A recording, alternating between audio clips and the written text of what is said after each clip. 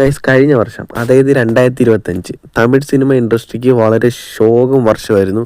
അതിൻ്റെ പ്രധാനപ്പെട്ട കാരണം തമിഴ് ഇൻഡസ്ട്രിയിലെ കഴിഞ്ഞ വർഷത്തെ ബിഗ് സ്റ്റാർസിൻ്റെ എല്ലാ പടവും 8 നില പൊട്ടിക്കൊണ്ടിരിക്കുമായിരുന്നു.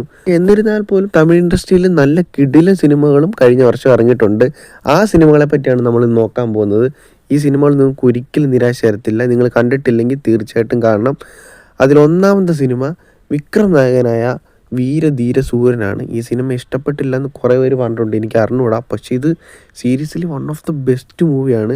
ജസ്റ്റ് ഒന്ന് കണ്ടു നോക്കി, കണ്ടിട്ട് അഭിപ്രായം പറയണേ. അടുത്ത ബൈസനാണ്. കഴിഞ്ഞ വർഷം അവസാനമാണ് സിനിമ പുറത്തിറങ്ങിയത്.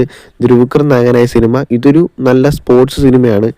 ഇതും ഇതുവരെ ആരും കണ്ടിട്ടില്ലെങ്കിൽ ജസ്റ്റ് ഒന്ന് കണ്ടു നോക്കാൻ പറ്റുന്ന ഒരു നല്ലൊരു സിനിമയാണ്. അടുത്ത സിനിമ കുടുംബസ്ഥനാണ്. ഈ സിനിമ അധികം പേര് കണ്ടിട്ടുണ്ടോ എന്ന് എനിക്ക് അറിഞ്ഞുകൂടാ.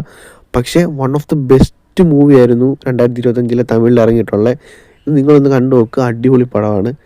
അടുത്ത സിനിമ ടൂറിസ്റ്റ് ഫാമിലിയാണ്. ഈ സിനിമ പകുതി മുക്കാലും ആൾക്കാർ കണ്ടിട്ടുണ്ടെന്ന് എനിക്കറിയാം. പക്ഷേ എനിക്കിഷ്ടപ്പെട്ട ലിസ്റ്റിൽ ഈ സിനിമ ഉൾപ്പെടുത്തിയിട്ടുള്ളതാണ്. ഈ സിനിമ കണ്ടിട്ടില്ലാത്തവർ കണ്ടു നോക്കുക, അടിപൊളി പടമാണ്. അടുത്ത അഥർവ നായകനായ സിനിമയാണ്. സിനിമ ഒരു ഗംഭീര ത്രില്ലർ സിനിമ എന്ന് ഞാൻ പറയുന്നില്ല, DNA എന്നാണ് സിനിമയുടെ പേര്.